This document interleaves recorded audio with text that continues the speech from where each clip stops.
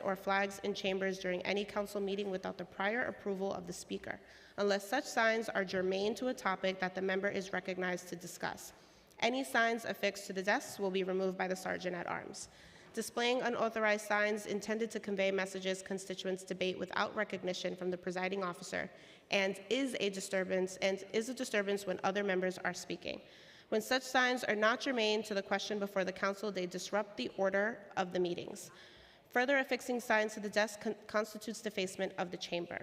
Members may display signs or other visual aids to illustrate information properly during the period of general discussion, the discussion of general orders, or during the discussion of resolutions, provided such signs are concealed when the member's time has expired. Please join us for the Pledge of Allegiance.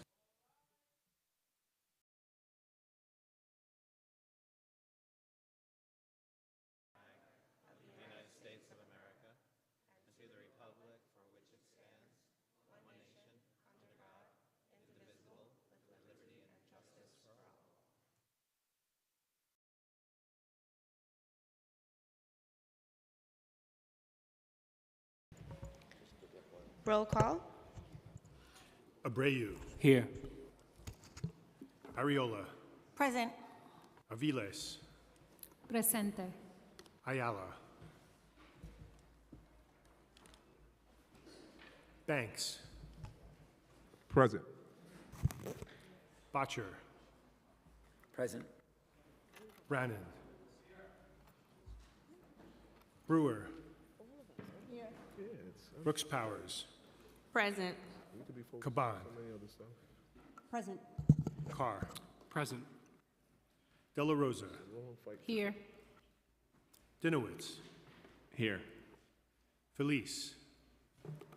Here. Gennaro. Here. Gutierrez. Presente. Hanif. Here. Hanks. Present. Holden. Here. Hudson. Present. Joseph. Present. Krishnan. Here. Lee. Here. Lewis. Present. Marmorato. Present. Marte. Here. Mealy. Present. Menin. Present. Moya. Here. Narcisse. Present. Nurse. Osei. Present. Palladino. Present. Powers. Here. Ressler. Here. Riley. Present. Rivera. Salam. Present. Salamanca. Present. Sanchez.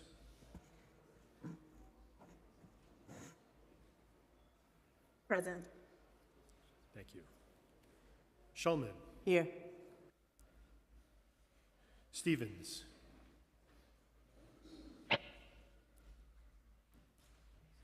Ung. Present. Vernikoff. Present.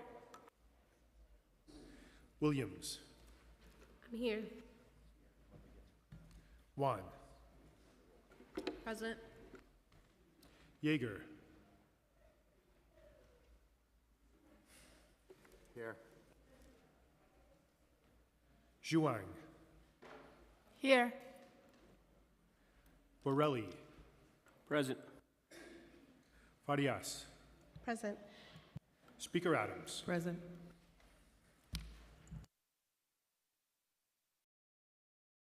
Thank you. We will now have today's invocation, which will be delivered by Reverend Kay Carpin, Senior Pastor at St. Paul and St. Andrew United Methodist Church, located at 263 West 86th Street in Manhattan. Thank you, Majority Leader, and a special personal thank you to Councilmember Brewer, who's always supported our efforts to be an open space for all people. In my tradition, we often pray by singing, so let's pray. The Lord is my light and my salvation. The Lord is my light and my salvation. The Lord is my light and my salvation. Whom shall I fear? Holy One, on this somewhat stormy and dreary day, we pray for those in our city who are most vulnerable, who are living out on the streets, families driven out of shelter, city workers whose workplace is outdoors. We ask your protection on them and on people from all over who are making our city their home. God, I'm grateful for those gathered here who have answered the call to serve the city. I'm aware that the deliberations and decisions made today may impact thousands, maybe millions of our fellow New Yorkers. May those deliberations and decisions be made always keeping in mind those who need the support of us all the most, so that food insecurity may be a thing of the past, so that housing may be found or built or provided, that safety may be a reality in all our boroughs, byways, and subways, and that each precious child find an adequate and inspiring education. In times like these, when we just try to stay ahead of hate, when division and disparities, misgivings, misunderstandings, and misinformation threaten the fabric of our common life, God, give us courage to seek the shalom, the salam, the peace and prosperity of the city we love. And finally, as we approach the Memorial Day weekend, we ask that you hold in your compassionate embrace those beloved ones of ours who have been lost in war and violence. And we pray to somehow, someday, find a peaceful way to be together as your global family. We pray in your awesome and holy name. Amen.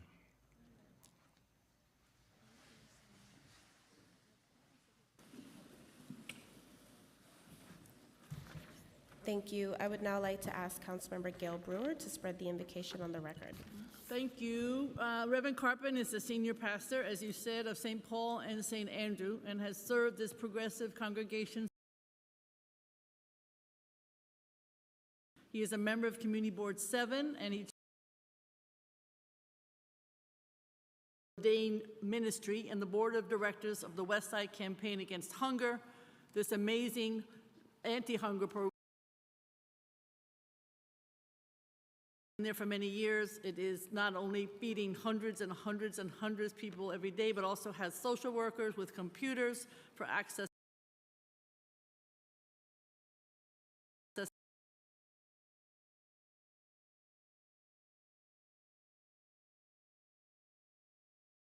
universities, including Columbia. He, as part of his interfaith work and ministry with marginalized, a church that welcomes migrants every Monday morning. Over 200 families show up for information, clothing, and legal assistance and food. He has closed.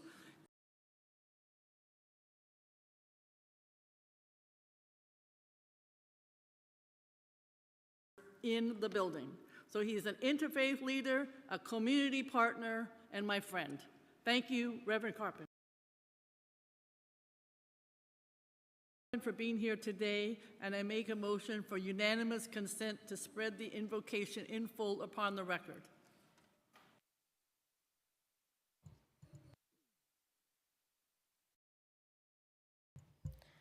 Thank you, Councilmember. Adoption of minutes? None. Messages and papers from the mayor? None. Communication.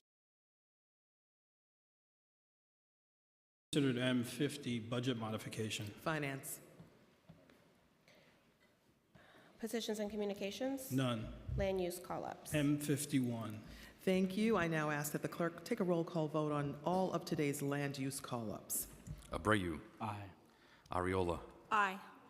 Aviles. Aye. Ayala. Banks. Aye. Botcher. Aye. Brannan. Aye. Brewer. Aye. Brooks Powers. Aye. Kaban. Aye. Carr.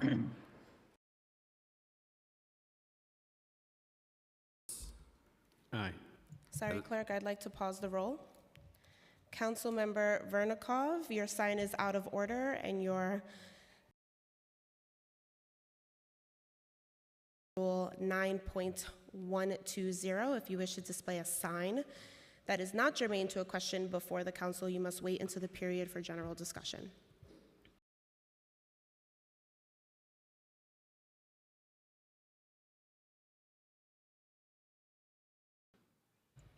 You can continue with the roll, Clerk. Thank you. Feliz. Aye. Gennaro. Madam Majority Leader, I vote aye on the call-ups, and I request unanimous consent to vote on the general order calendar and all resolutions. Permission granted. Thank you. Thank you, and I vote aye on all general orders and resolutions. Thank you, Madam Majority Leader. Thank you. Gutierrez. Aye. Hanif. Aye. Hanks. Aye. Holden. Aye. Hudson. Aye. Joseph. Clerk, apologies. I need to pause the roll again. Council Member Yeager, your sign is out of order and your continued posting of it is a violation of Rule 9.120. If you wish to display a sign that is not germane to a question before the council, you must wait until the period for general discussion. Councilmember Holden, your sign is out of order and your continued posting is a violation of Rule 9.120. If you wish to display a sign that is not germane to a question on the floor before the council, you must wait until the period for general discussion. Sergeants, please remove the signs.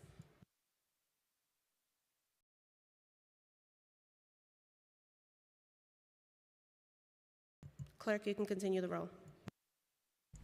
Joseph. Aye. Krishnan. Aye. Lee. Aye. Lewis. Aye. Marmarato. Aye on all. Marte. Aye. Mealy. Aye. Thank you. Menon. Aye. Moya. I vote aye. Narcisse. Aye. Nurse. I vote aye. Osei. Aye. Palladino. Aye. Powers. Aye. Wrestler. Aye. Riley. Aye. Rivera. Salam. I vote aye. Salamanca. I vote aye. Sanchez. Permission to vote on all items on today's land use calendar and the general order calendar? Permission granted. Thank you. I vote aye on all with the exception of Intro 97, on which I vote no. Excuse me, Councilmember Sanchez, could you repeat your no vote? I'm sorry. 97. Thank you. Thank you. Schulman. Aye on all. Stevens. Aye. Ung. Aye. Vernikov. Aye. Williams. I vote aye. Juan. Aye. Yeager. Aye. Zhuang. Aye. Borelli. Permission to vote on all general order items in addition to the land use call-ups. Permission granted. I vote aye on all except Intro 97C and 231A. Thank you.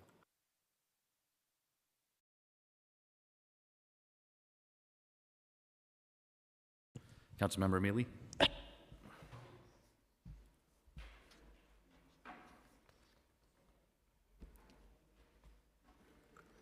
May I have consent to vote on all land use and all general orders? Permission granted. Thank you. I vote aye on all. Thank you. Thank you. Farias. I vote aye on all. Speaker Adams. I vote aye.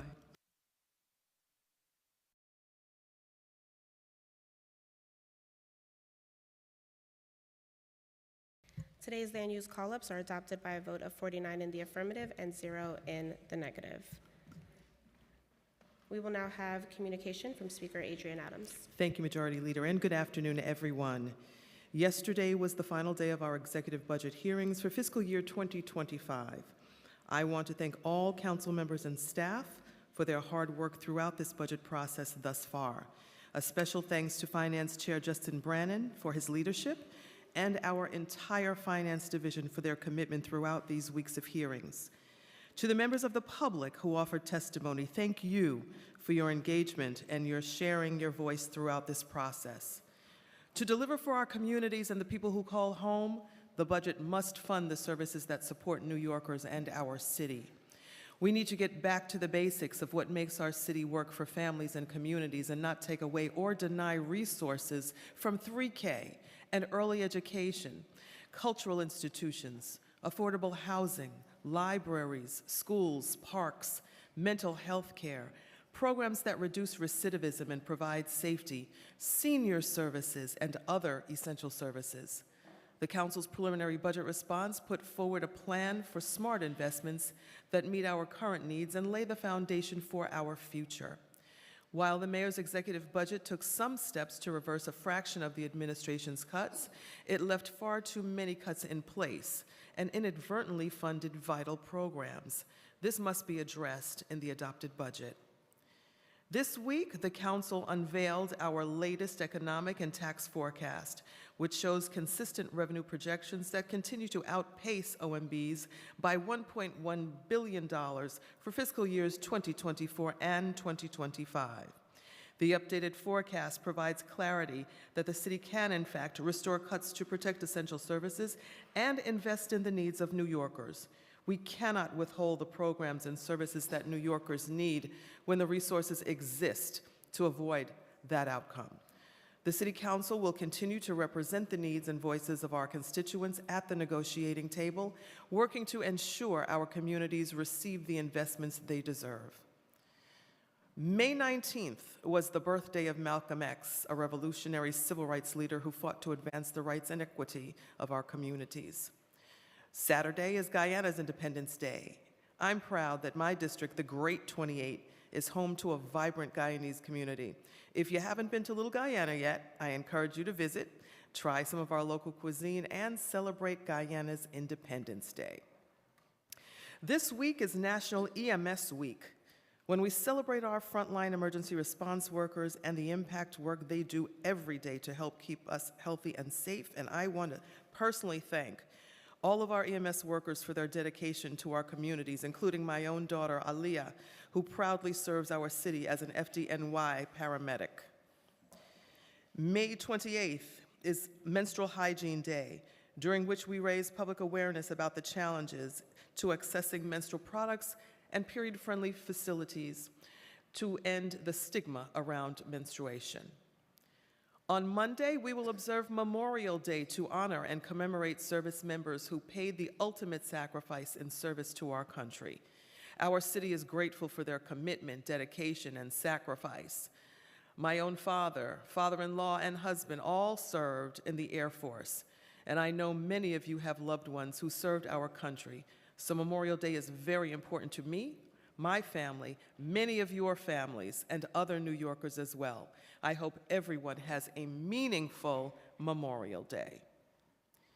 As we approach the month of June, there are several other holidays that I'd like to recognize. June is Black Music Appreciation Month, when we honor the widespread contributions of Black musicians, whether it's gospel music, jazz, soul, house, or hip-hop.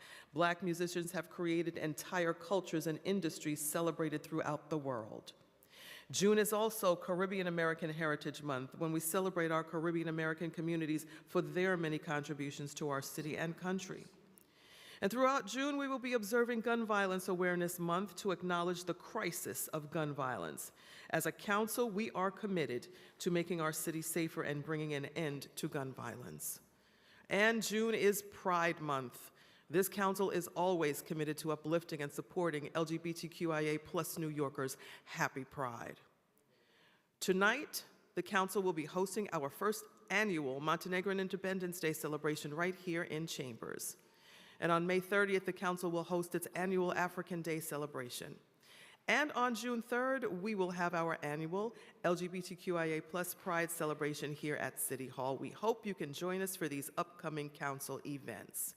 Now let's move on to our stated agenda. First, we'll vote on the following finance items.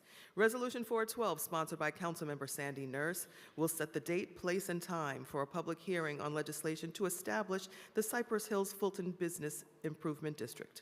Resolution 421, sponsored by Councilmember Julie Wan, will set the date, place, and time for a public hearing on legislation to expand the Queens Plaza Court Square Business Improvement District and rename it the Long Island City Business Improvement District. A preconsidered resolution, sponsored by Councilmember Justin Brennan, will set the discount rate for early payment of property taxes for fiscal year 2025. A preconsidered resolution, sponsored by Councilmember Justin Brannan, authorizing a 40-year Article 11 tax exemption for the preservation of 4 rent-stabilized buildings in Councilmember Hudson's district. A revenue budget modification recognizing $619 million in new revenues, implementing changes reflected in the April 2024 financial plan. This revenue will add $619 million to pay for partial budget restorations for the Department of Cultural Affairs, rental assistance, foster care services, pupil transportation, CUNY STEM program, and other initiatives. And a transportation resolution approving new designations and changes of certain organizations receiving funding in the expense budget. Next, we'll vote on the following land use items. 15-21 West 124th Street Tax Amendment will facilitate the construction of a new 7-story building with 33 housing units in Councilmember Salam's district.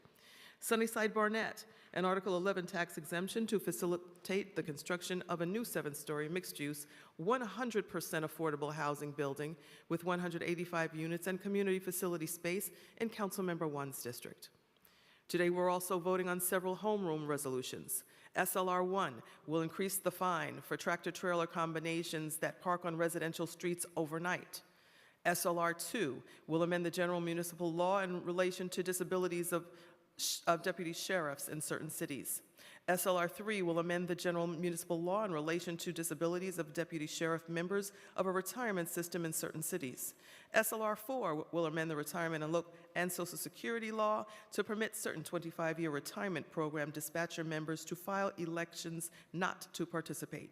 SLR 5 will authorize the City of New York to discontinue a portion of parkland in the Bronx and grant easements for improvements to the railroad right-of-way to bring Metro North Railroad service to 4 new stations. SLR 6 will amend the retirement and Social Security law in relation to death benefits for active New York City Transit Authority members. SLR 7 will amend the vehicle and traffic in relation to abandoned vehicles. Today, we'll also vote on the following pieces of legislation. Introduction 134A, sponsored by Majority Whip Sylvina Brooks Powers, would require the New York City Economic Development Corporation, or EDC, to submit an annual report to certain elected officials, including the Council Speaker, Queensborough President, and the local council member representing JFK International Airport on the progress of the JFK redevelopment plan and related community benefits package. Each report would include information on the progress and any changes to the scope, timeline, or budget of the redevelopment plan, actions taken by the Port Authority as such property acquisitions, contracts awarded to MWBEs, permit applications, the establishment of advisory boards, and any other relevant information as determined by EDC. Thank you to our staff members Alex Polinoff, William Hongak, Glenn Martelloni. Introduction 97C, sponsored by Councilmember Sandra Ung, would set a civil penalty against commercial, manufacturing, or industrial building owners for sidewalk littering and obstruction of $50 for the first violation, $300 for the second violation committed on a different day within any 12-month period, and $500 for the third and each subsequent violation committed on a different day within any 12-month period. The bill would also require the Department of Sanitation to produce educational materials related to the changes in the penalties and to perform outreach to owners of affected buildings. Thank you to our staff members, Morgan Barrett and Ricky Chawla. Introduction 584A, sponsored by Councilmember Eric Dinowitz, would require the 311 call center to implement a virtual queue system that provides an estimated wait time for callers. Thank you to our staff member, Irene Bayovsky. Lastly, we will be voting on a package of legislation designed to improve the safety and building integrity of our city's parking garages. These bills are critical, especially after the garage collapse at 57 Ann Street, steps away from here in Lower Manhattan last year, that resulted in the death of garage manager Willis Moore and injured 5 others. It is imperative that our city works to prevent these types of fatal incidents from occurring in the future. Introduction 231A, sponsored by Councilmember Crystal Hudson, would increase the frequency of parking structure inspections from a 6-year inspection cycle, as mandated by Local Law 126 of 2024, to a 4-year inspection cycle. It would also require that follow-up assessments be conducted within 2 years after a parking structure is deemed safe with repair or monitoring. We thank our staff member, Austin Malone. Introduction 170A, sponsored by Majority Leader Amanda Farias, would double the standard civil penalties for certain DOB enforced violations when issued to the owner of a parking structure. This measure can promote improved compliance and result in better maintenance of the safety of parking garages. We thank once again our staff member, Austin Maloney. Finally, Introduction 135A, sponsored by Majority Whip Sylvina Brooks Powers, would require the Department of Buildings, or DOB, to conduct a load-bearing capacity study for parking garages. DOB would be required to assess factors of building integrity, such as the size, age, materials, and structural design of the parking structure. DOB would also be required to submit these findings and accompanying recommendations to the mayor and the council and post them to its website as a report. We thank our staff member, Taylor Zaloni. Thank you for your attention. Now I turn it back over to our Majority Leader. Thank you, Speaker Adams. Apologies. Thank you, Speaker Adams. We will now move into discussion of general orders, and I'd like to recognize Majority Whip Brooks Powers, followed by Council Members Ung and Hudson.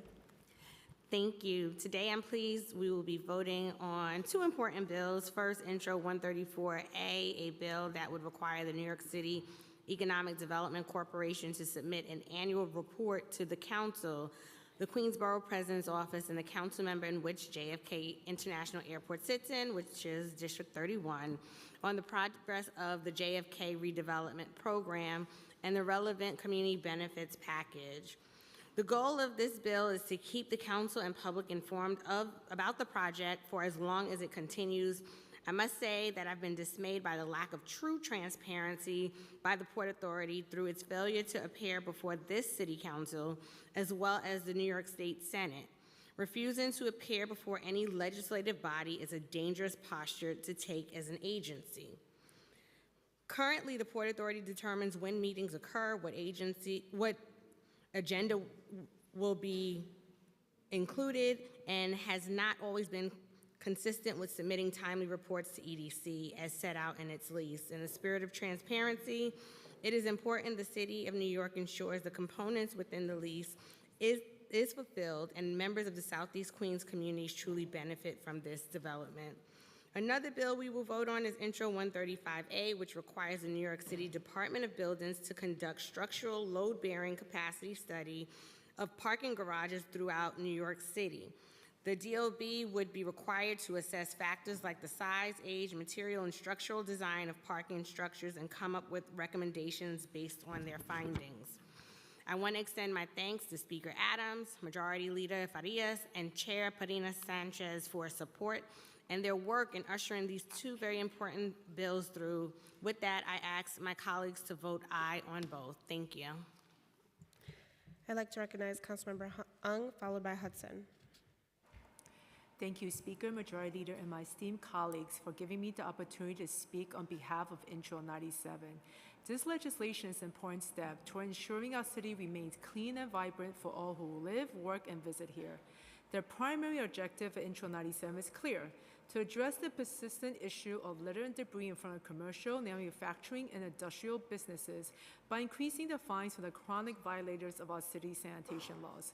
I want to emphasize that this legislation is not designed to place additional burdens on small businesses, which are the backbone of our economy. Instead, it targets those businesses that repeatedly discard the regulations, treating the existing fines as a mere inconvenience and the cost of doing business rather than a serious deterrent. We all know that the majority of business owners are responsible and conscientious members of our community. They understand the importance of maintaining clean and safe environment, not just for their customers, but for neighbors and community at large. However, we cannot deny there are some business owners who continually flout these rules, undermining our collective efforts to keep our city clean. Chronic violators must understand there are significant consequences for their actions which impact us all. I urge my colleagues to support Intro 97. This legislation strikes a necessary balance between holding chronic offenders accountable and protecting our diligent, law-abiding business owners. By passing this bill, we take a crucial step toward a cleaner, healthier, and more beautiful New York City for everyone. Lastly, I want to thank Commissioner Tisch, her entire team, the Department of Sanitation, Community Counsel Morgan Barrett, and my own Chief of Staff, Alexander Hart, for all the work and hard work they put into making this piece of legislation possible. Thank you. I'd like to recognize Councilmember Hudson. Thank you so much. I'd like to speak briefly about Land Use 83, or LU 83, which will provide an Article 11 tax exemption for existing affordable housing properties in Clinton Hill, including the tri-block houses on Ashland Place and St. Felix Street, and the green Claremont houses located at 80 Green Avenue. I'm proud that this project will maintain deep affordability for residents while simultaneously financing a significant rehabilitation of these properties. Specifically, 80 Green Avenue is a housing development for older adults who earn less than 50% of the area median income, many of whom are longtime Black and Latinx residents. And 58 units across both developments will be set aside for homeless tenants, 30% of the entire project. In a rapidly gentrifying area like Clinton Hill, where the area median income for white residents is $163,000 compared to $53,105 for Black residents, we need to build and preserve deeply affordable housing at low AMIs so those who built our communities can continue to reside and contribute to them. This project will ensure these units remain affordable for at least the next 40 years, if not longer, and will not displace a single resident. Simply put, we need these types of projects to preserve existing deeply affordable housing, especially for our older adults who live on fixed incomes and rarely see a sufficient increase in Social Security or other forms of assistance to pay for rapidly rising costs. My team has held multiple community meetings with residents to ensure they understood what the changes meant and how construction would impact them. We then flyered the entire building of nearly 100 units with a packet of information in both English and Spanish on the proposed changes and contact information for the developer and our office to answer any further questions. This approach takes a bit more work, but I'm confident that this proposed tax exemption will yield exactly what the residents need and deserve. Thank you. Thank you. Seeing no other members signed up to speak. Report of special committees. None. Reports of standing committees. Report of the Committee on Economic Development, Intro 134A, JFK redevelopment plans. Amended and coupled on general orders. Report of the Committee on Finance, Resolutions 412 and 421, Business Improvement Districts. Coupled on general orders. Preconsidered Resolution 436, Transparency. Coupled on general orders. Preconsidered Reso 437, Discount Rate. Coupled on general orders. Preconsidered LU 83 and Reso 443, Tax Exemption. Coupled on general orders. Preconsidered M50 and Reso 444, Budget Modification. Coupled on general orders. Report of the Committee on Governmental Operations, State and Federal Legislation. Preconsidered SLRs 1 through 7. Coupled on general orders. Report of the Committee on Housing and Buildings, Intros 135A, 170A, and 231A, Parking Structures. Amended and coupled on general orders. Report of the Committee on Land Use, LUs 55 and 56, Zoning for Economic Opportunity. Approved with modifications and referred to the City Planning Commission pursuant to Section 197D of the New York City Charter. LU 74 and Reso 445, 15-21 West 124th Street. Coupled on general orders. LU 82 and Reso 446, Sunnyside, Barnett, Article 11. Coupled on general orders. Report of the Committee on Sanitation and Solid Waste Management, Intro 97C, Littering Violations. Amended and coupled on general orders. Report of the Committee on Technology, Intro 584A, 311 Call Centers. Amended and coupled on general orders. Resolution appointing various persons, Commissioner of Deeds. Coupled on general orders, I now ask that the clerk take a roll call vote on all of the items coupled on today's general orders calendar. Powers. I vote aye. Abreu. Aye. Ariola. Aye on all with the exception of 97C and 231A. Thank you. Aviles. Permission to explain my vote?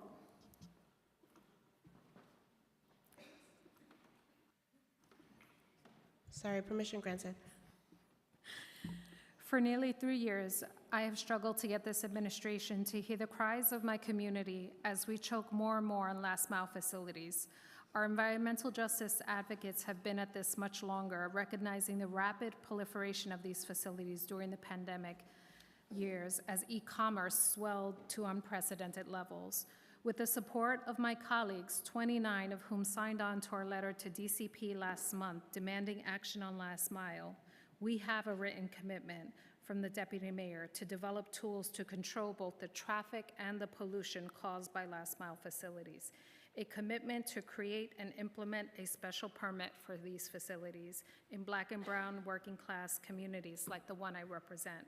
This is a significant victory for our communities, and it wouldn't have been possible without the tireless advocacy of our environmental justice advocates, including Kevin at Nija, Alak and Rachel from Earth Justice, Rami at El Puente, Nebraska from Uprose, Tavina from Red Hook Initiative, Willis at Newtown Creek Alliance, Dariela at The Point, and of course, these gains could have not been made without the support of my colleagues, including Councilmember Rafael Salamanca, Councilmember Riley, and Speaker Adams. A special shout out goes out to the land use team who lent us their experience throughout this process, including Paris, William, and Brian. Thank you so much. I also must shout out the significant gains that we made through this process for our industrial manufacturing zones, which also will yield positive gains for not only my community, but for New York City. I want to thank Councilmember Jen Gutierrez for her incredible leadership and her team on this critical issue. We will work closely with DCP and the Deputy Mayor and any agency involved to ensure that we move expeditiously to see through these commitments and ensure the health and safety of our community is prioritized. With that, I am proud to vote yes on all. Thank you. Ayala. Banks. Aye on all. Botcher. Aye. Brannan. Aye. Brewer. Aye. Brooks Powers. Aye on all. Caban. Aye. Carr. I'll be voting no on introductions 97C and 231A, and aye on the rest. De La Rosa. Aye on all with the exception of Intro 97C. Dinowitz. Aye on all. Feliz. Aye on all. Gutierrez. Aye. Hanif. Aye. Hanks. Aye on all. Holden. Aye on all except for 97C and 231A, which I vote no. Thank you. Hudson. Aye. Thank you. Joseph. Aye. Krishnan. Aye. Lee. Aye on all. Lewis. Aye on all. Marmarato. Aye on all with the exception of 97C and 231A.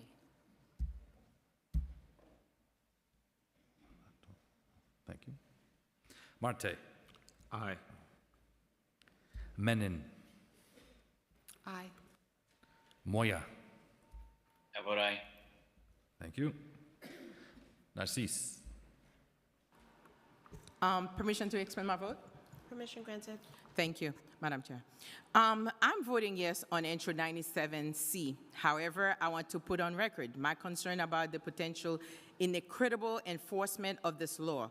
While I was a businesswoman, entrepreneur in my community, I have seen it firsthand. While I understand and support the need to maintain clean sidewalks, we must be vigilant to ensure that this legislation does not disproportionately impact our already struggling small businesses. Many of these businesses are the backbone of our communities, and they are often operating on razor-thin margins. I urge the Department of Sanitation and our enforcement agencies to implement this law with a fair and balanced approach, providing adequate warnings and educational materials to businesses before ensuring summonses. We must ensure that our efforts to keep our city clean do not inadvertently punish those who are already facing significant economic challenges.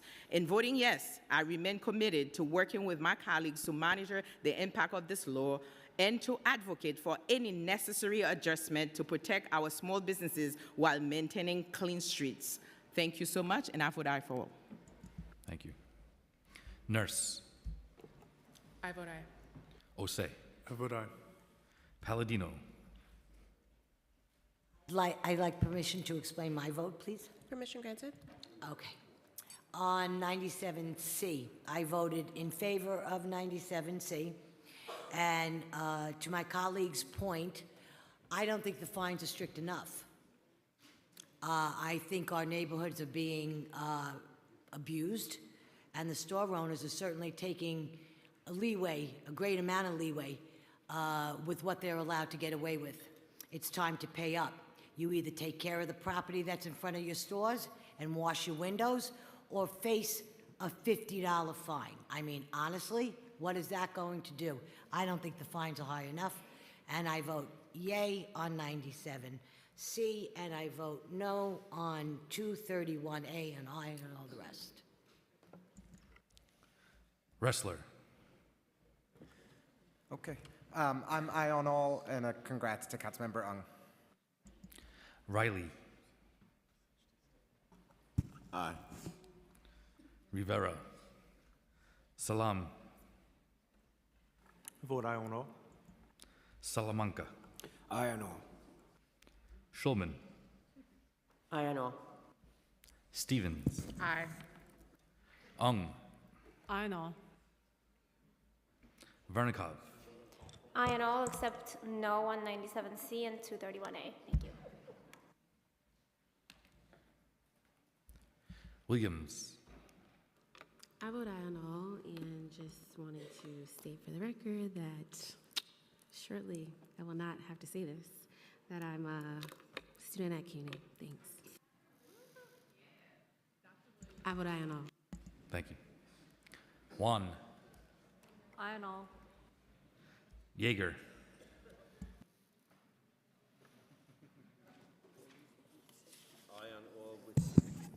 Aye on all with the exception of intro 97 and intro 170 and resolution 421. Thank you. Thank you. Zhuang.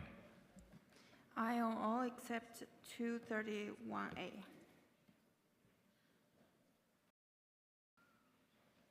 Farias. I vote aye on all. Speaker Adams. Aye on all.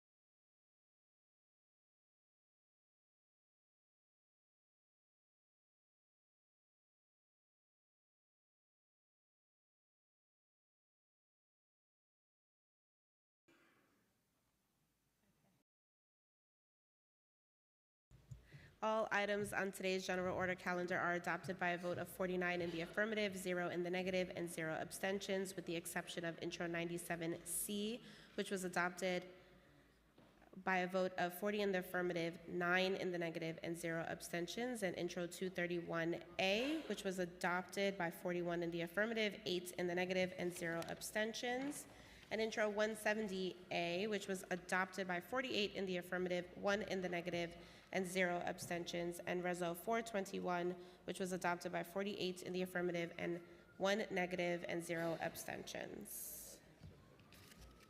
Introduction and reading of bills. All bills have been referred to committees as indicated on today's agenda. Thank you. There are no resolutions on today's calendar, so we will now move into general discussion. I'd like to first recognize Councilmember Lewis, followed by Marmorato. Thank you, Madam Majority Leader. Good afternoon, colleagues. On the morning of January 19th, a devastating tragedy struck in my district. New parents, Alex and Bessie Kravosky, experienced the most imaginable loss of their 11-month-old son, Benjamin Zahariah, who was found unconscious after being burned alive in a room filled with steam from a faulty radiator in their apartment. Despite best efforts to save him, Benjamin was pronounced dead due to steam inhalation and thermal burns. This tragedy echoes a similar incident from 7 years ago in the Bronx, where two toddlers, Skylie Vayo and Inabise Ambrose, similarly lost their lives to scalding heat from a defective radiator. These incidents are not isolated, but are indicative of a broader issue in our city's aging housing stock that demands immediate action to prevent loss from more innocent lives. In response to these horrific events, I'm introducing Intro 925, a local law requiring the inspection of steam radiators in multiple dwellings. This bill mandates that the owners of multiple dwellings conduct annual inspections of all steam radiators in their units and common areas. This protocol will identify and rectify any issues before they pose a threat to the safety of tenants, residents, and families. Everyone deserves to live in safe living conditions, and it is our responsibility to enforce standards that protect the most vulnerable among us. I want to thank Councilmembers Sanchez and De La Rosa for their support through this process. I urge my colleagues to support Intro 925 and to honor the memory of Benjamin and ensure that no family endures such tragedy again. Thank you. Thank you. I'd like to recognize Councilmember Marmorato, followed by Caban, then Vernikov. Thank you, Majority Leader.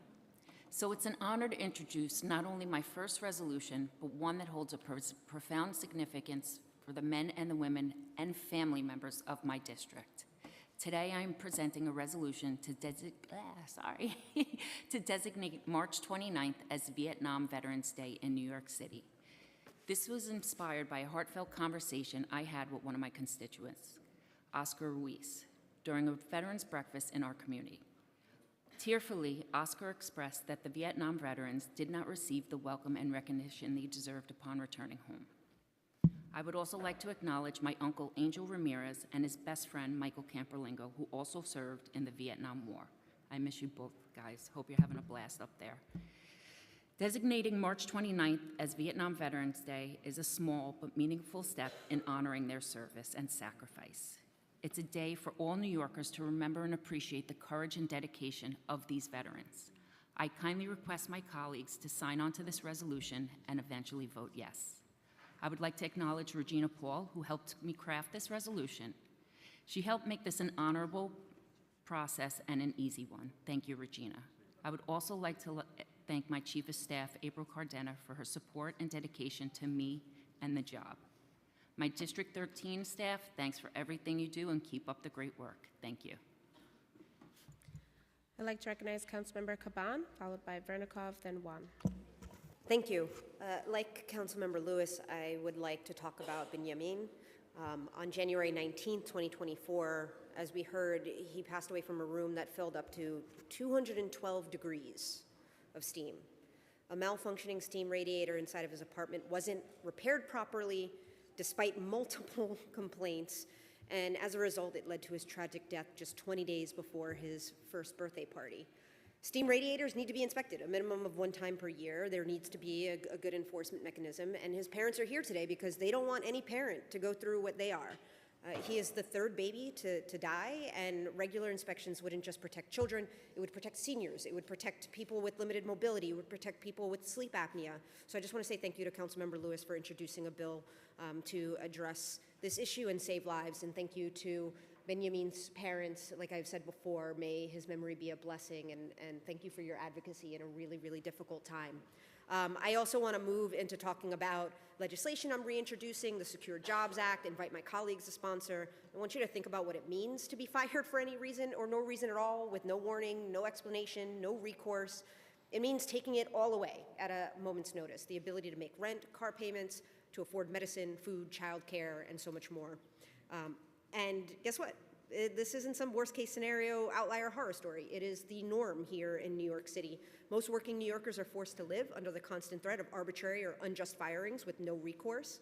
Nearly 9 out of 10 workers in New York City who were fired were given no warning, and we can change that and provide fairness and stability to workers with the Secure Job Act. And finally, in my last moments, today is the last dated with Jesse Meyerson, my Director of Communications. I've often named how lucky I am to have an entire team that sees themselves as part of a larger movement, sees the role of government governing and direct public service in service of that movement. Jesse is the truest example of that. It's been an honor and a privilege to work with him, not just because he is an undeniably, exceptionally brilliant talent in his field of choice, and I'm going to wrap up, but it's because he is an incredibly principled and kind human being. There are few things as intimate and vulnerable as trusting somebody with your voice, and my personal gratitude for his care and effectiveness in that partnership, and it runs eternally deep. So I'm excited for y'all to find out what he's doing next, and thank you. Thank you, Councilmember, and thank you, Jesse. I'd like to recognize Councilmember Vernikov, followed by Juan, then Nurse. Thank you. It was only a few months ago that we watched uneducated, hateful mobs tear down posters of innocent Israeli civilians who were kidnapped by Hamas, one of the most barbaric and evil terrorist organizations on earth. These actions poured salt on the deeply painful wounds Jewish communities across the world have been feeling after the worst atrocities since the Holocaust have been perpetrated on us. The narrative coming out of this body must not echo those hateful mobs. There is no better place for discourse and difficult conversations like City Hall chambers. We will not allow the names of those still remaining in Hamas captivity be forgotten or erased. And that's why on my desk today I have photos of 4 19-year-old girls who were brutally torn away from their families and are now being tortured and most likely raped by terrorists as we speak. These are their names: Adam Berger, Daniela Gilboa, Liri Albag, and Karina Ariev. There are also 5 American hostages who remain in Hamas captivity: Sagui Dekel Chen, Idan Alexander, Hirsch Goldberg Pollen, Keith Siegel, Omer Nutra. Every innocent life is precious, and we pray for an end to this terrible war. The end can only come when we free Gaza and the world of Hamas, so we can have peace and security in the region. Thank you. I'd like to recognize Councilmember Juan, followed by Nurse, then Brewer.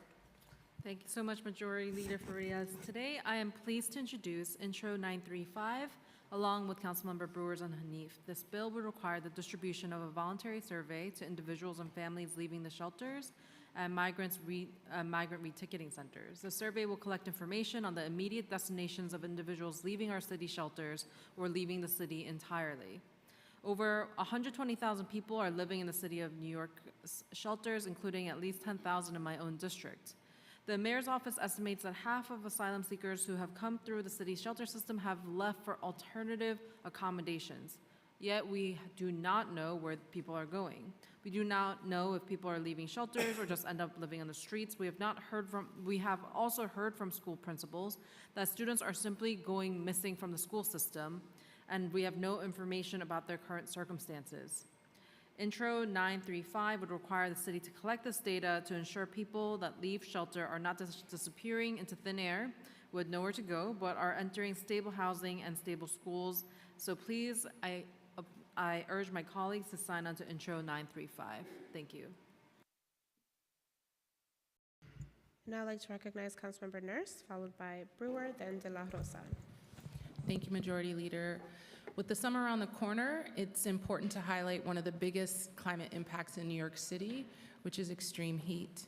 We know that some communities are impacted more than others, including my district, which is one of the neighborhoods across the city with a high heat vulnerability index.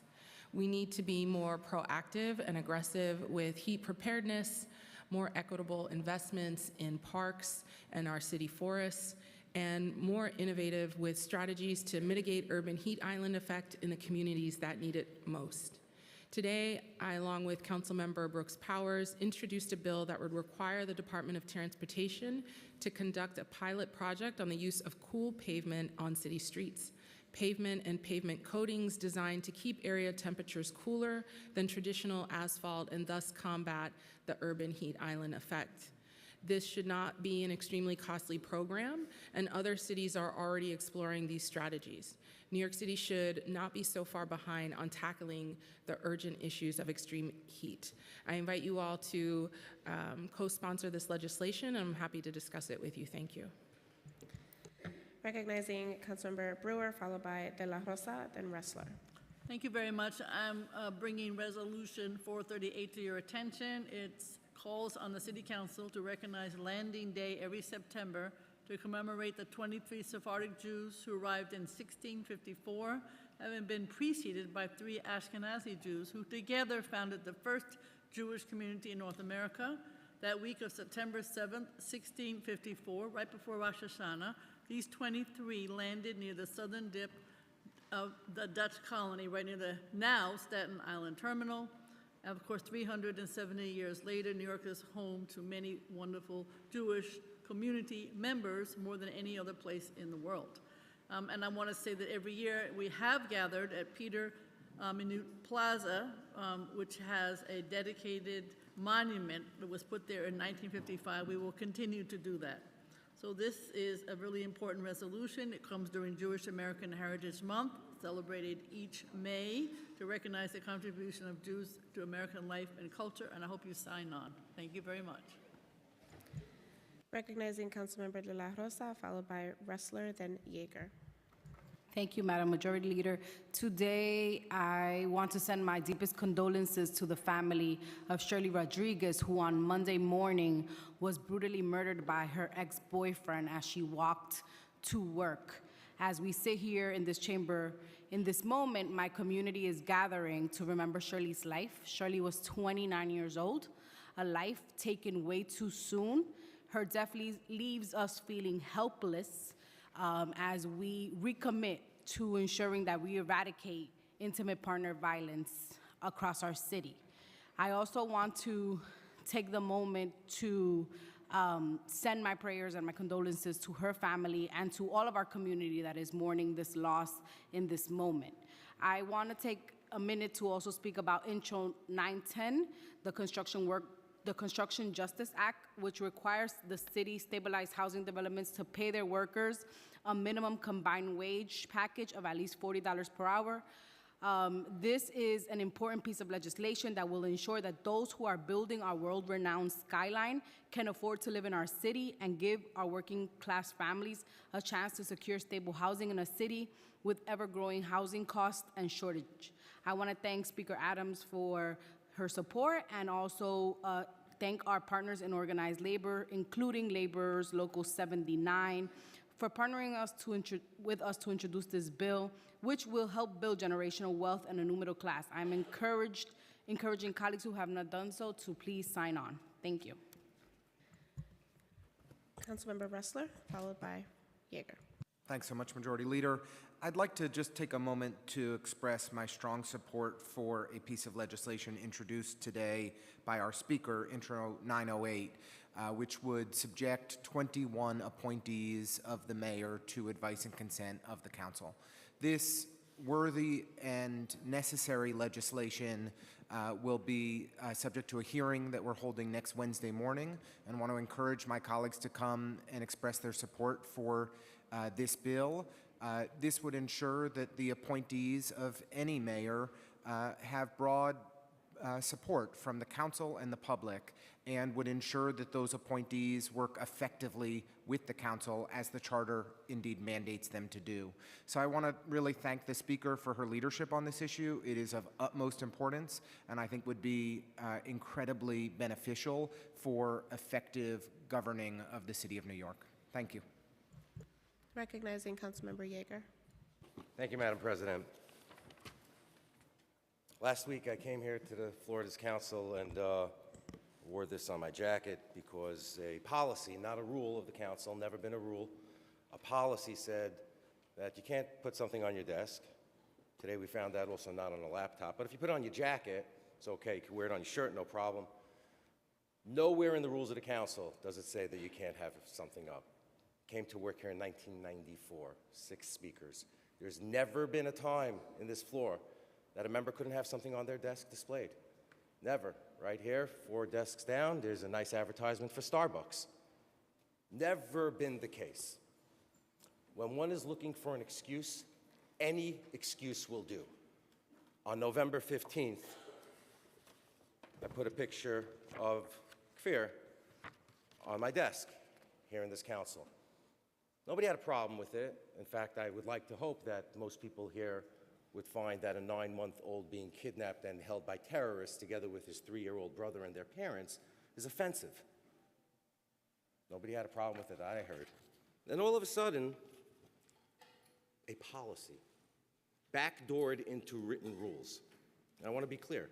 If a rule was proposed on the floor to council, Councilmember, you are out of order. You do not have the right to talk about and address the ruling of the chair. Oh, okay.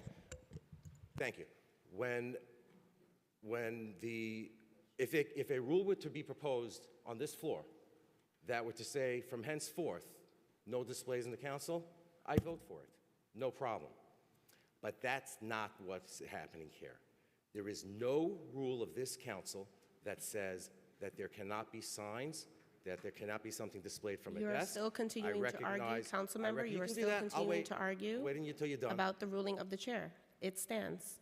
Please I'm not use your disputing the time. ruling of the chair. I'm making my point. This is general discussion. Talk about anything. Talk about what size shoes you wear, I wear.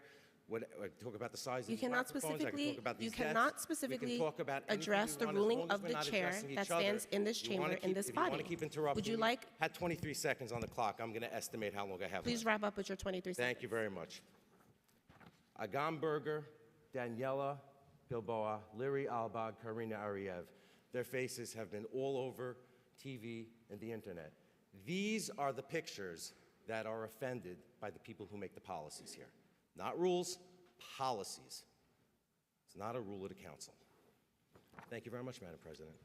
Thank you, Councilmember Yeager. I'll now call on Speaker Adrian Adams to close today's stated meeting. Thank you, Majority Leader.